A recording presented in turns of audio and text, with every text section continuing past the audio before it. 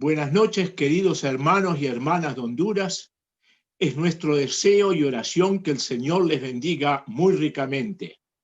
Mi esposa les manda muy cariñosos saludos.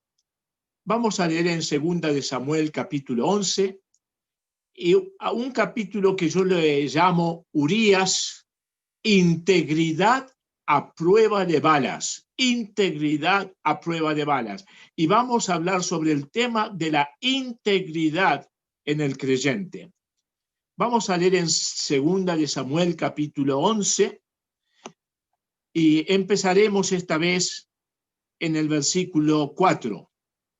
Envió David mensajeros que la trajeran y la tomó. Cuando llegó él, durmió con ella, luego ella se purificó de su inmundicia y regresó a su casa. La mujer concibió y mandó a decir a David: estoy encinta. Entonces David envió a decir a Joab: envíame a Urías el Eteo. Y Joab envió a Urías a David. Cuando Urías llegó ante él, David le preguntó por la salud de Joab, por la salud del pueblo y por la marcha de la guerra. Después dijo David a Urías: desciende a tu casa y lava tus pies. Cuando Urías salió de la casa del rey, le enviaron un presente de la mesa real. Pero Urías durmió a la puerta de la casa del rey con todos los guardias de su señor y no descendió a su casa. Le hicieron saber esto a David diciendo: Urías no ha descendido a su casa. Entonces David dijo a Urías: ¿acaso no vienes de viaje? ¿Por qué pues no descendiste a tu casa? Urías respondió a David: el arca, Israel y Judá habitan bajo tiendas, mi señor Joab y los siervos de mi señor en el campo. ¿Cómo iba yo a entrar en mi casa para comer y beber y dormir con mi mujer? Por vida tuya y por vida de tu alma nunca haré tal cosa.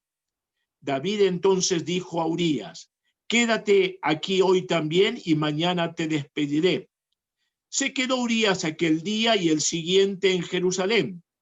David lo convidó a comer y a beber con él hasta embriagarlo. Por la tarde salió a dormir en su cama junto a las guardias de su señor, pero no descendió a su casa. A la mañana siguiente escribió David una carta a Joab, la cual envió por mano de Urías. En ella decía: poned a Urías al frente en lo más recio de la batalla y alejaos de él para que sea herido y muera. Así, cuando Joab sitió la ciudad, puso a Urías en el lugar donde sabía que estaban los hombres más valientes.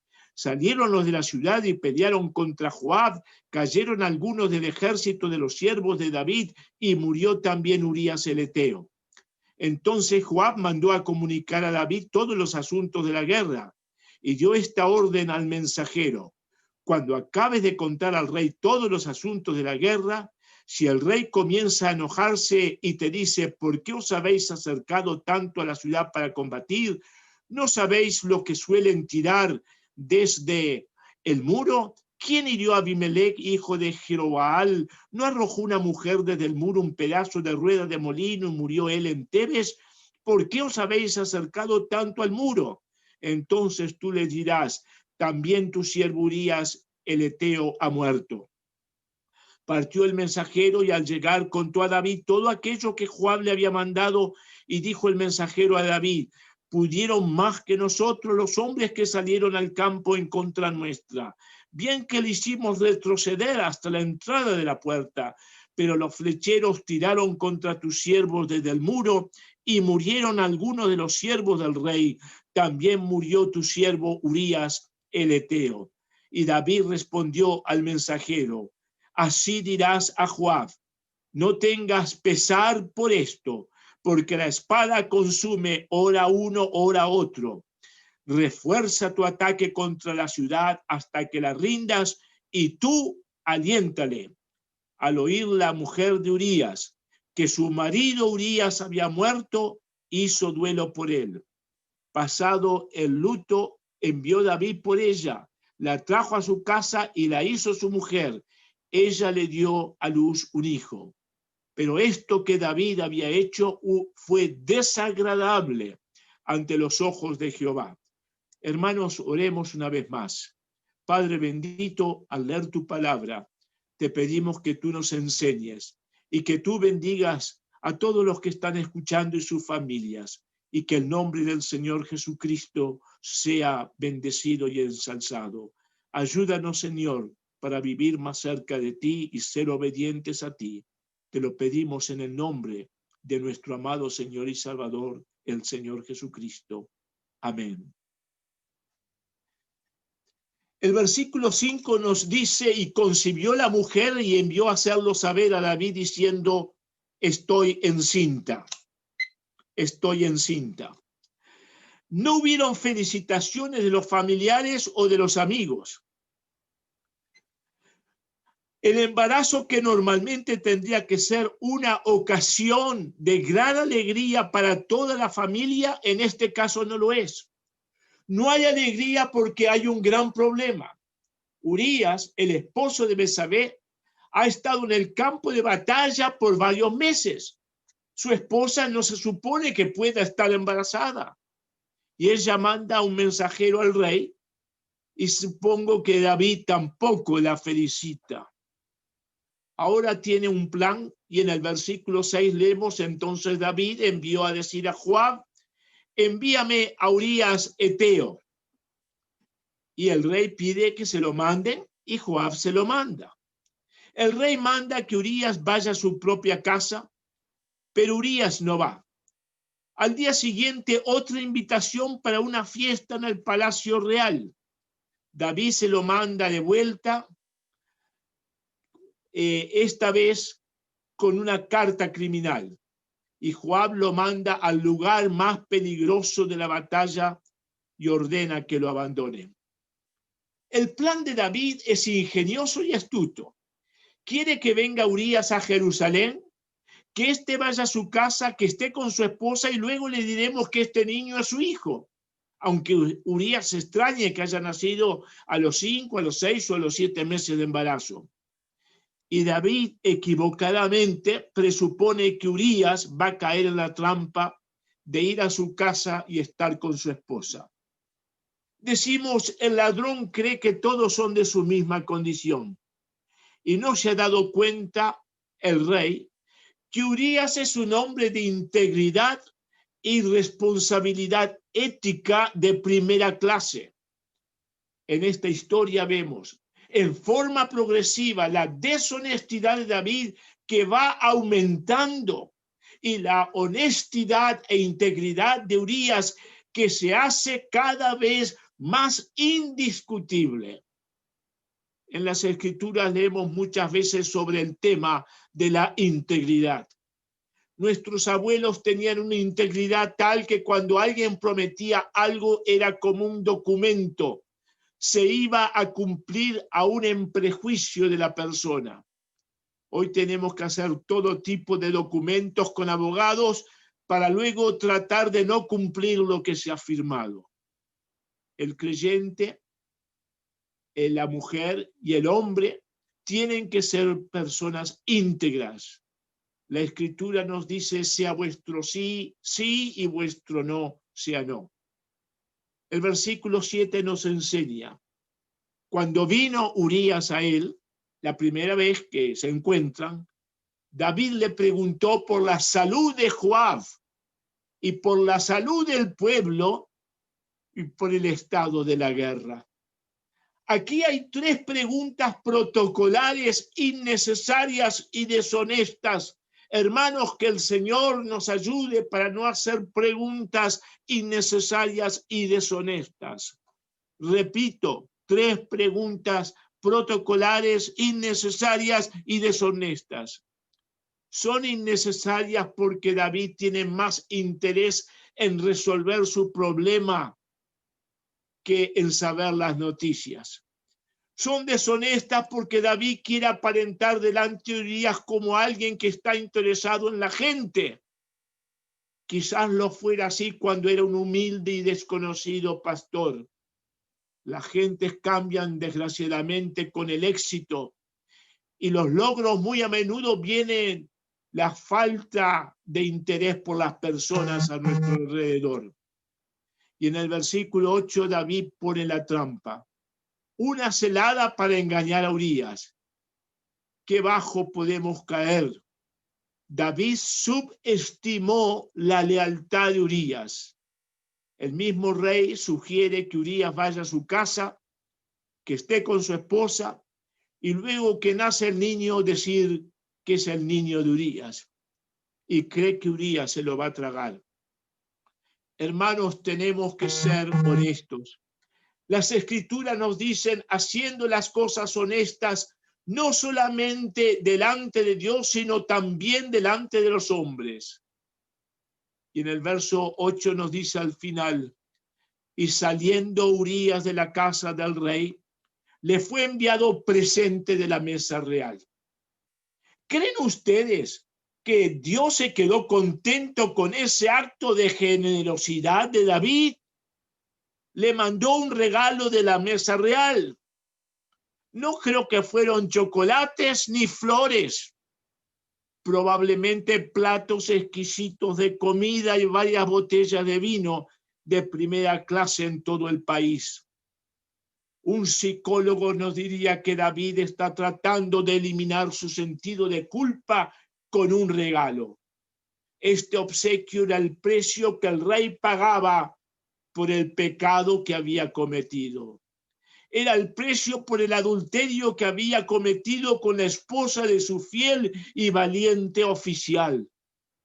Observen que el escritor sagrado nos da todos los detalles. Esto no es mi imaginación que le mandó un regalo. El versículo 9 nos dice, mas Urías durmió a la puerta de la casa del rey con todos los siervos de su señor y no descendió. Estaba tan cerca de su casa. Me imagino las ganas que tenía de ir un segundo a su casa. Cuando dice que durmió en el umbral de la casa del rey, tenemos que darnos cuenta que no era una casa como la nuestra, es decir, con una vereda para caminar y una calle para pasar los autos. Seguramente que era lo que nosotros llamaríamos una mansión, cercada probablemente de un muro, y adentro de esos muros lugares para los sirvientes, la guardia militar, para poder descansar y estar allí. El umbral de la casa sería entonces esas habitaciones afuera de la casa real para la servidumbre. Y el versículo 10 nos enseña, e hicieron saber esto a David diciendo, Urías no ha descendido a su casa. Hermanos, noten este detalle. Los sirvientes van y le dicen enseguida a David que Urías no ha descendido a su casa. Obviamente, de la manera que los sirvientes le comunican a David que Urías no fue a su casa, eran porque estaban al tanto de cuál era la trama. Qué vergüenza cuando aún los sirvientes son participantes del negocio sucio. Y dijo David a Urías, ¿por qué no descendiste a tu casa? Notoriamente todos los sirvientes del rey sabían por qué razón había David llamado a Urías. Se había corrido la voz. Sabían exactamente cuántas cucharitas de azúcar Betsabé le había puesto al café o al té. Y en el versículo 10 tenemos otra pregunta. ¿Por qué no descendiste a tu casa? Y yo digo que esta es una pregunta deshonesta. Parecería que David cada vez se hunde más en el barro cenagoso de la decepción, la mentira y el engaño. Cada frase que dice y cada acción que toma es una afrenta más hacia su santo Dios.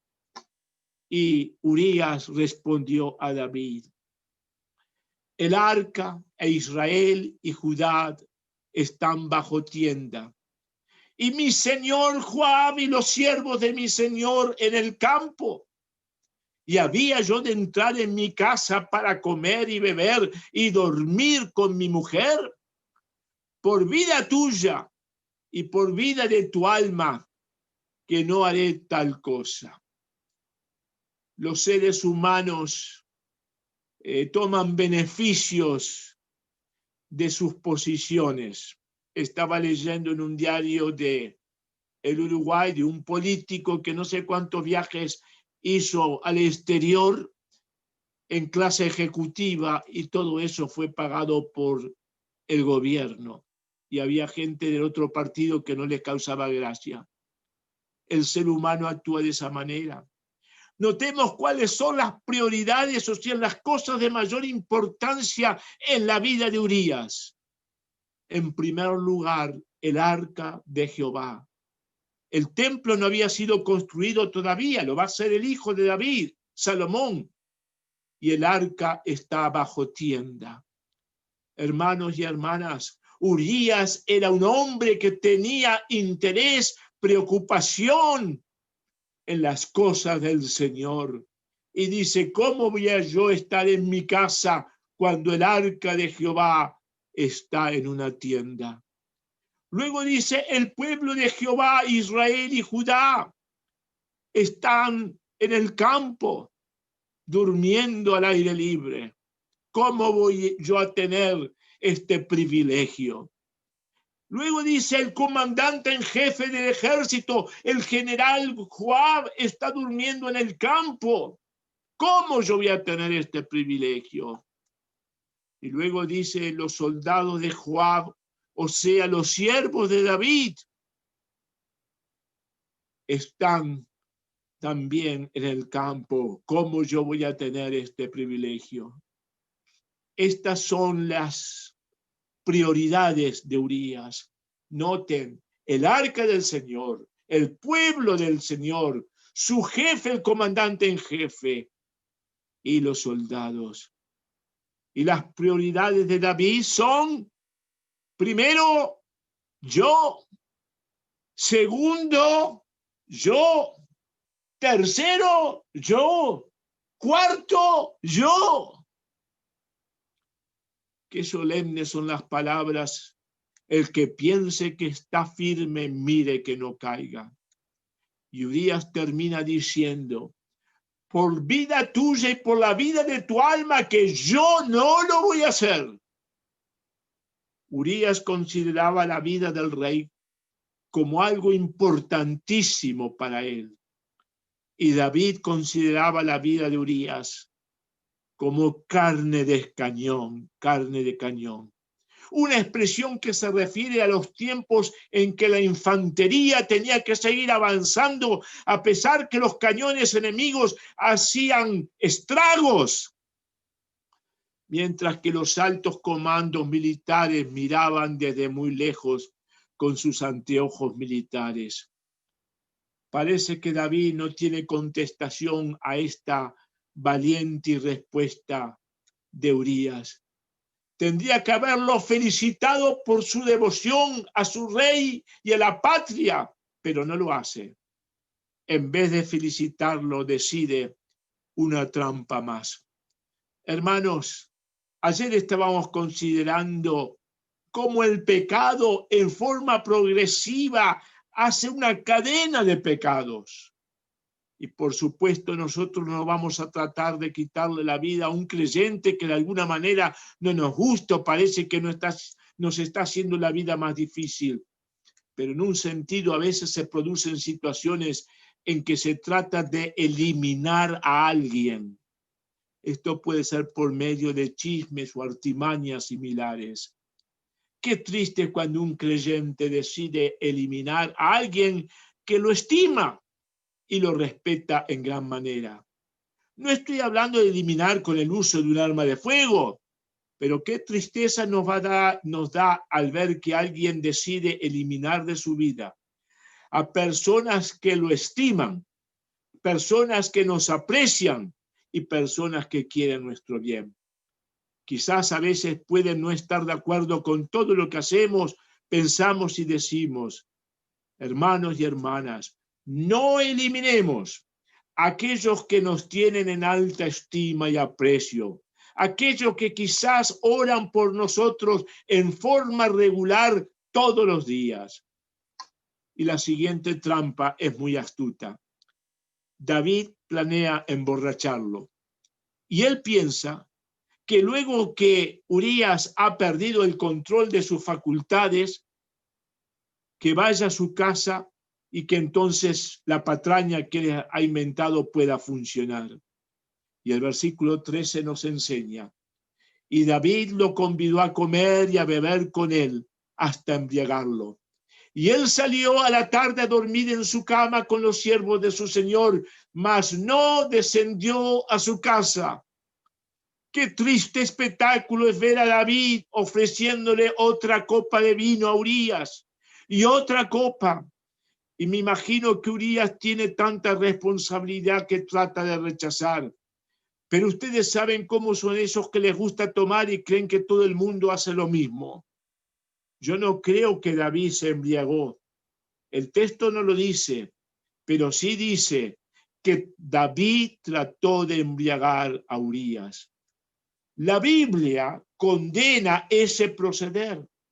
Hay un texto que específicamente condena la práctica de alcoholizar a alguno con motivos perversos. En Habacuc capítulo 2, verso 15 leemos: ay de aquel que da de beber a su compañero del cáliz de su ira y lo embriaga para mirar su desnudez. Pero ustedes saben, cuando el rey decide hacer un brindis, no se le puede negar. Y en esa comida el rey está haciendo un brindis por cada día de la semana y por cada día del mes. Y eso que digo no está en el texto, pero es probable que algo así sucedió. Finalmente ha llegado la tardecita o la noche y el pobre Urías ya no da más. Me imagino que necesita ayuda para caminar. Y sale del palacio acompañado por unos sirvientes que no han bebido una gota. Al verlo salir de la manera que sale, el rey se sonríe. Está convencido que éste se va a su casa. Salen del palacio y quizá los sirvientes le preguntan: capitán, Urías, ¿lo llevamos a su casa? Y yo me imagino la escena. Urías, que estaba tambaleándose, se para de golpe. Sus ojos brillan con esa determinación con que todos los que lo conocen están acostumbrados. Y dice con voz enérgica: ¡a mi casa no! ¡A mi casa no! ¡A mi casa no! Bajo ningún concepto. En su mente repite esta respuesta que había dado el día antes al rey. El arca de Israel y Judá e Israel están bajo tiendas, y mi señor Joab y los siervos de mi señor en el campo. David ha perdido con su juego de trampas. Urías no ha sido atrapado. Hermanos y hermanas, Urías está embriagado, no porque lo quiso y porque fuera un adicto al alcohol y que fuera fácil emborracharlo. Yo diría que Urías fue engañado y alcoholizado aún en contra de su voluntad. Pero Urías es un hombre que tiene convicciones tan profundas adentro de su corazón que aún cuando ha sido engañado y está borracho, sabe lo que está bien y lo que está mal. Hermanos, Urías sabe lo que está bien y Urías sabe lo que está mal. Sabe que cuando se está en una misión oficial en tiempo de guerra, las cosas son muy serias y que no debe tomarse ningún beneficio personal. Urías, aún en estado de intoxicación alcohólica, sabe lo que está bien y lo que está mal. Hermanos y hermanas, Urías tiene una integridad que yo llamo a prueba de balas. Ha aprendido que hay cosas que están bien y hay cosas que están mal. Y las cosas que están bien son las cosas que el creyente debe de hacer. Y las cosas que están mal son las cosas que el creyente no debe hacer. En nuestros tiempos se nos trata de convencer que no hay nada que esté mal ni nada que esté bien. que no hay nada blanco o negro. Como dijo el famoso gaucho argentino Martín Fierro, en este mundo traidor, nada es verdad, nada es mentira, todo es según el color del cristal con que se mira. Martín Fierro estaba equivocado. El creyente ha aprendido, como dice el apóstol, todo me es lícito, mas no todo conviene. La integridad es un tema que se lee en la Biblia, en toda la escritura, especialmente en los salmos y proverbios. En el Salmo 15, hablando de este tema, el mismo David va a decir, oh Señor, ¿quién habitará en tu tabernáculo? ¿Quién residirá en tu santo monte? Y la respuesta es, el que anda en integridad y hace justicia, el que habla verdad en su corazón, el que no calumnia con su lengua, ni hace mal a su prójimo, ni hace agravio a su vecino. Sin duda que el rey David escribió estas palabras del Salmo 15 después de hacerse un examen de conciencia.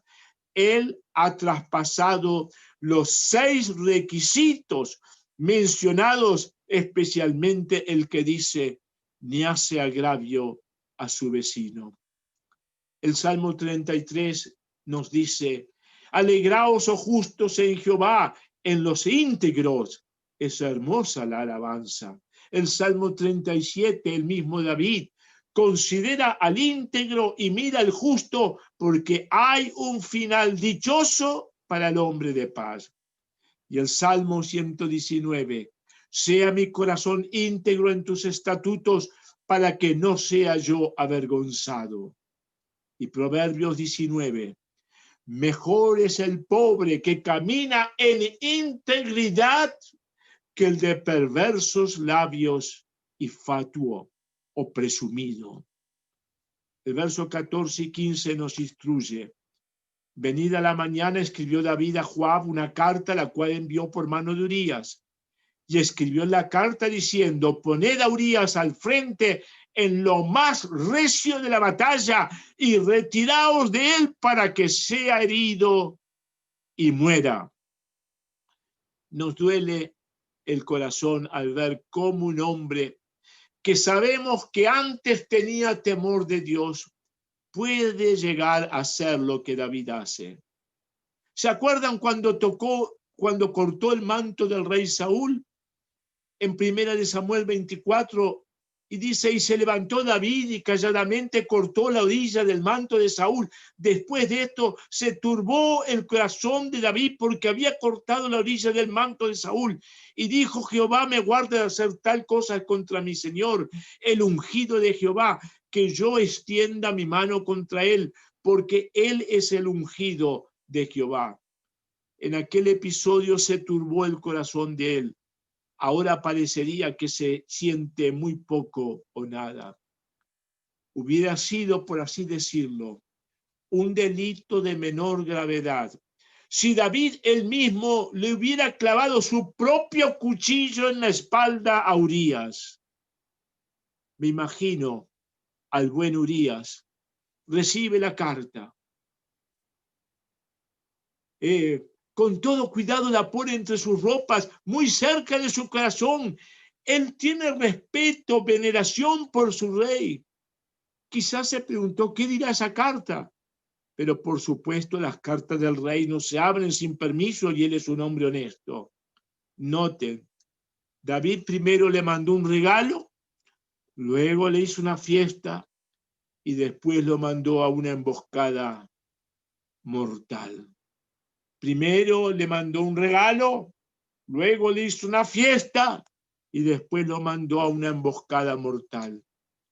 Qué triste cuando pensamos, ¿dónde habrá aprendido o asimilado David esas técnicas maquiavélicas que dicen que el fin justifica los medios?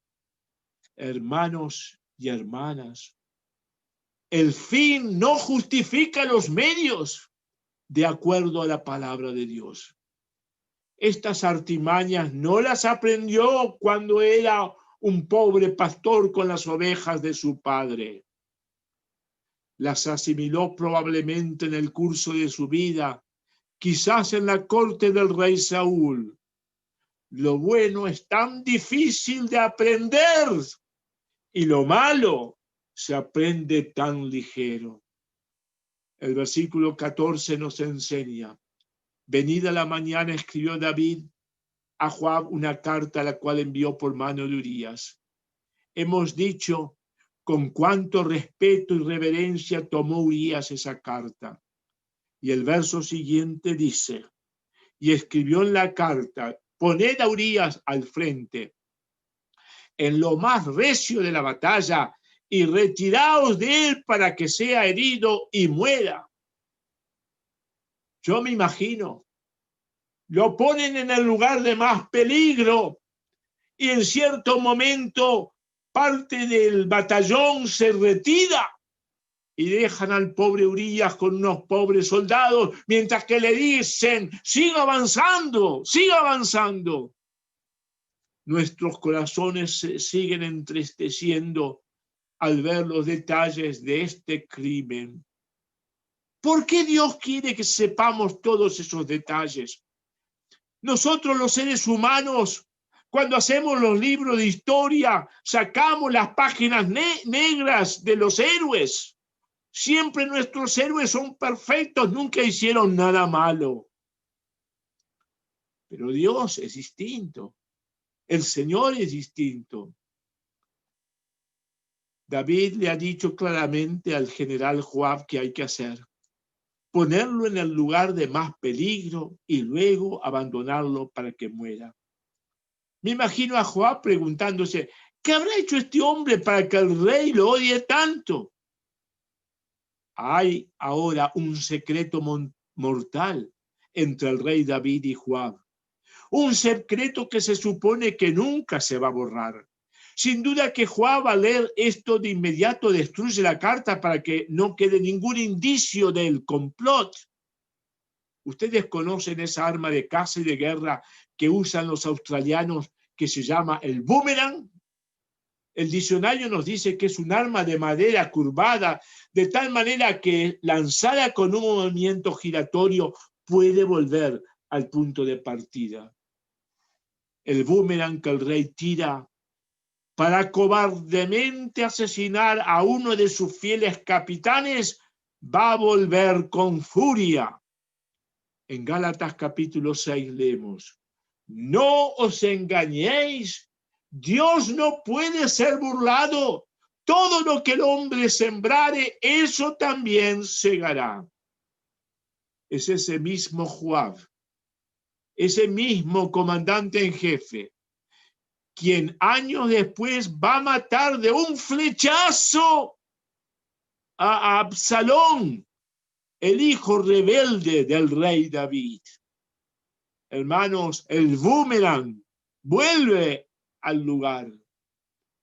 En el verso 17 se nos da los detalles del crimen. Y saliendo los de la ciudad, pelearon contra Joab y cayeron algunos del ejército de los siervos de David, y murió también Urías Eteo. Esta vez el plan ha sido perfecto. Hermanos y hermanas, a través de los siglos, hombres poderosos se han abusado de aquellos que tienen menos poder. Pero hay un Dios justo que juzga y que no lo va a dejar olvidado.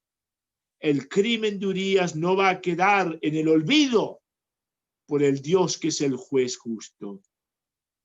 Pero si esto no fuera lo suficiente, David sigue en su carrera de mentira. Y vienen los mensajeros al rey para darle los detalles. Y el verso 23 nos dice: prevalecieron contra nosotros los hombres que salieron contra nosotros al campo, es decir, iban ganando ellos. Y luego dice: bien que nosotros los hicimos retroceder hasta la entrada de la puerta. Pero los flecheros tiraron contra tus siervos desde el muro, y murieron algunos de los siervos del rey, y murió Urías Eteo. Esta acción militar estaba orquestada. Era como un partido de fútbol vendido al equipo contrario. Cualquier guerrero sabía que no había que acercarse a la muralla por el peligro de los flecheros. Pero alguien le dio la orden a Urías que siguiera avanzando y Urías acató la orden. Me imagino el cuerpo tendido, sangrando de Urías al lado de la muralla. Y veo en mi mente en el mismo momento al rey David teniendo su banquete en una mesa con deliciosos manjares y los mejores vinos. Y me pregunto, ¿quién es el triunfador? ¿Quién es el ganador?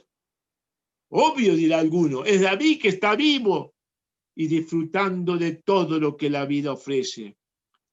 Y yo quisiera sugerir que quizá la respuesta es distinta, que el vencedor, el triunfador es Urías. Porque Urías puede decir, como 1000 años después lo dijo el apóstol, he peleado la buena batalla. Y David solo puede decir, soy un maestro en el arte del engaño y del crimen. ¿Creen ustedes que el primer mártir, Esteban, es un perdedor cuando fue apedreado, como leemos en Hechos capítulo 7? ¿Creen ustedes que el apóstol Jacobo, que fue ejecutado por el rey Herodes, fue un fracasado? No y no. Urías, Esteban, el apóstol Jacobo, no son perdedores. A los ojos del Dios eterno son símbolos de integridad, valor y ejemplo.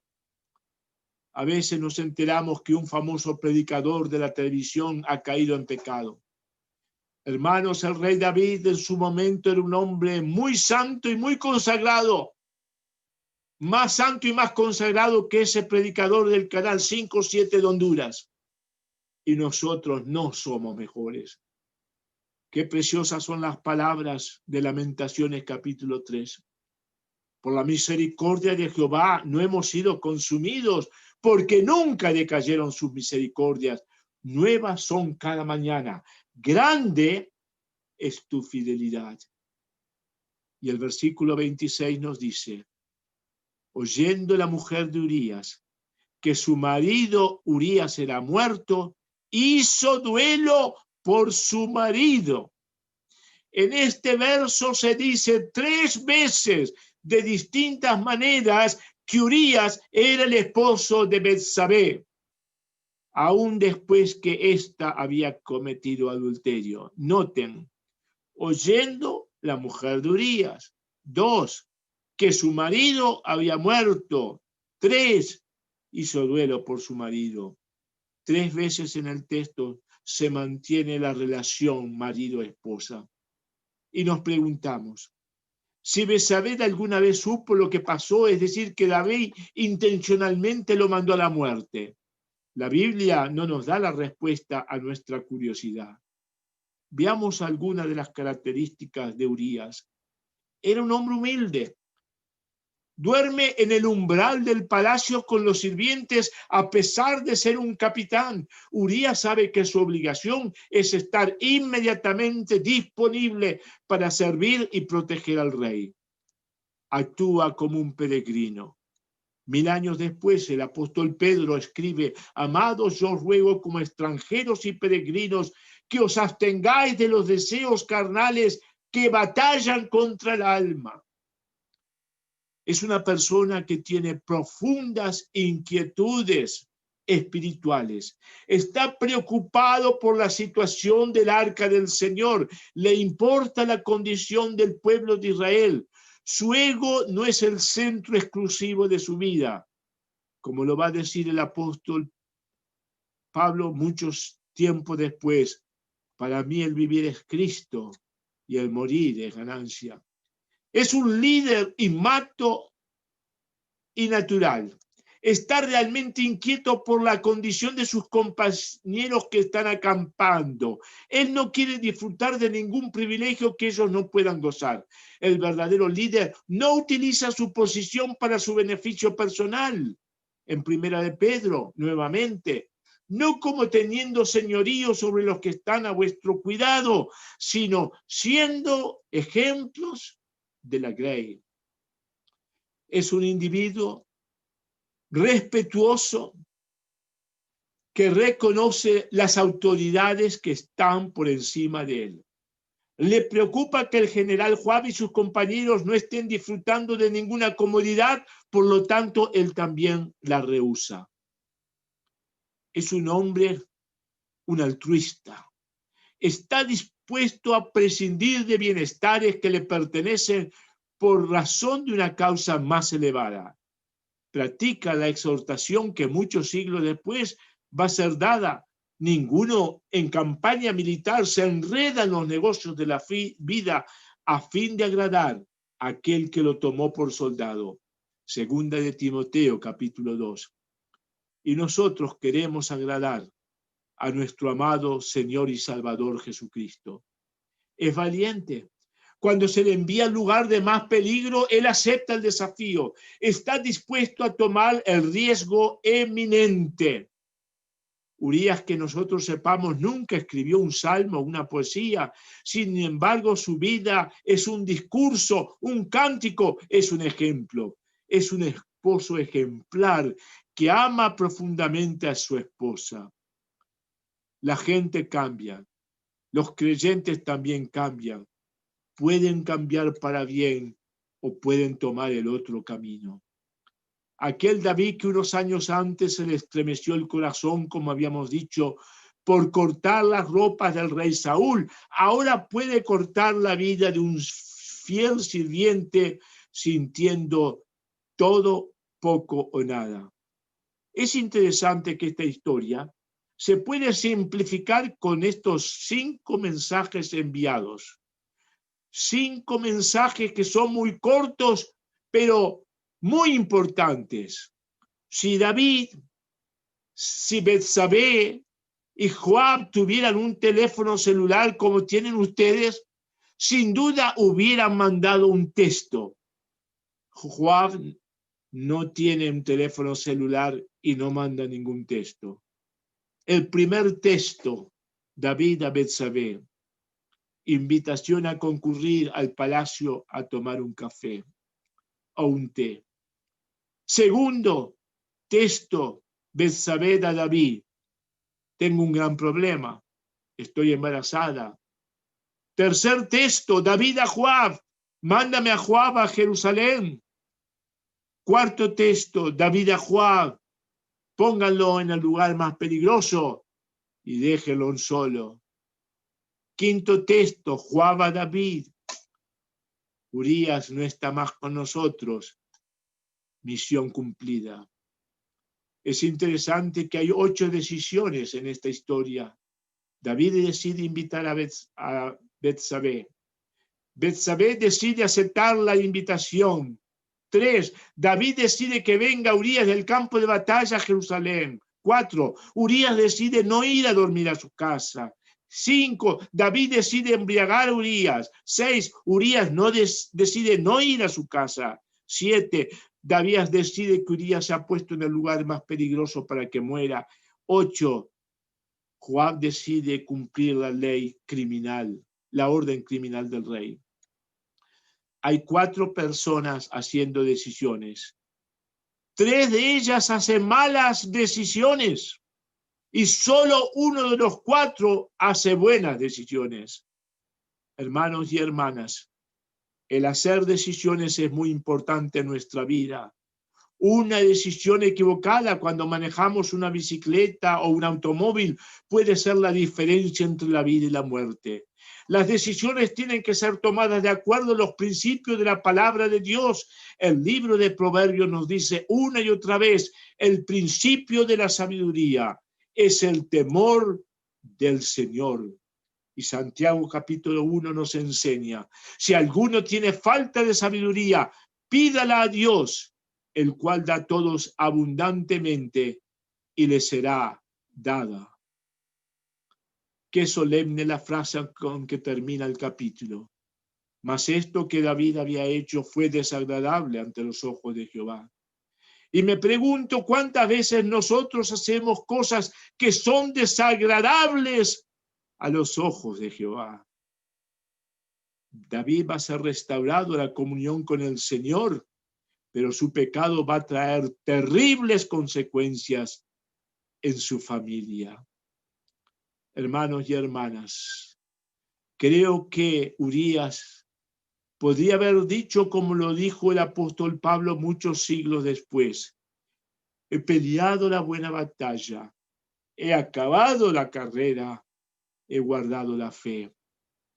En esta historia vemos que el corazón humano es engañoso. La Biblia nos dice que todos hemos pecado y que estamos destituidos de la gloria de Dios. Pero qué preciosas son las palabras del Evangelio de Juan, capítulo 3, versos 17 y 18. Porque no envió Dios a su Hijo al mundo para que condene al mundo, más para que el mundo sea salvo por él. El que en él cree no es condenado, mas el que no cree ya ha sido condenado porque no ha creído en el nombre del unigénito Hijo de Dios. Comienza el texto diciendo que Dios no envió a su Hijo a condenar. El mismo Señor Jesucristo dijo: el Hijo del Hombre vino a buscar y a salvar lo que se había perdido. Él vino a salvar, pero no todo el mundo se va a salvar, sino solamente los que aceptan su mensaje y se arrepienten. Sigue el texto diciendo: el que cree en él no es condenado. ¿Pero qué significa el que en él cree? Significa el que cree que Jesucristo es el eterno Hijo de Dios. En Primera de Juan leemos: el que tiene al Hijo tiene la vida. El que no tiene al Hijo de Dios no tiene la vida. Estimado amigo y amiga, ¿tiene usted al Hijo de Dios? No hay salvación sin el reconocimiento de la divinidad de nuestro Señor Jesucristo. El que cree también que Jesucristo es el Salvador. El que cree que murió en la cruz por nuestros pecados. El que cree que esa sangre preciosa vertida en el Calvario es lo único que puede limpiarnos de nuestros pecados. El que cree que luego de morir al tercer día resucitó y que hoy está a la diestra de la gloria de Dios. El que cree que Él tiene el perdón de los pecados. El que cree en Él tiene el perdón y la vida eterna. Solamente hay una persona. Solamente hay un hombre. Solamente hay un nombre que puede salvar, y es el Señor Jesucristo por medio de su obra en la cruz. El que rehúsa creer ya ha sido condenado. Pero qué hermoso es saber que el Señor Jesús está llamando, Dios está llamando, y el mismo Señor Jesucristo dice: venid a mí todos los que estáis trabajados y cansados, y yo os haré descansar. Que el Señor bendiga su muy santa palabra.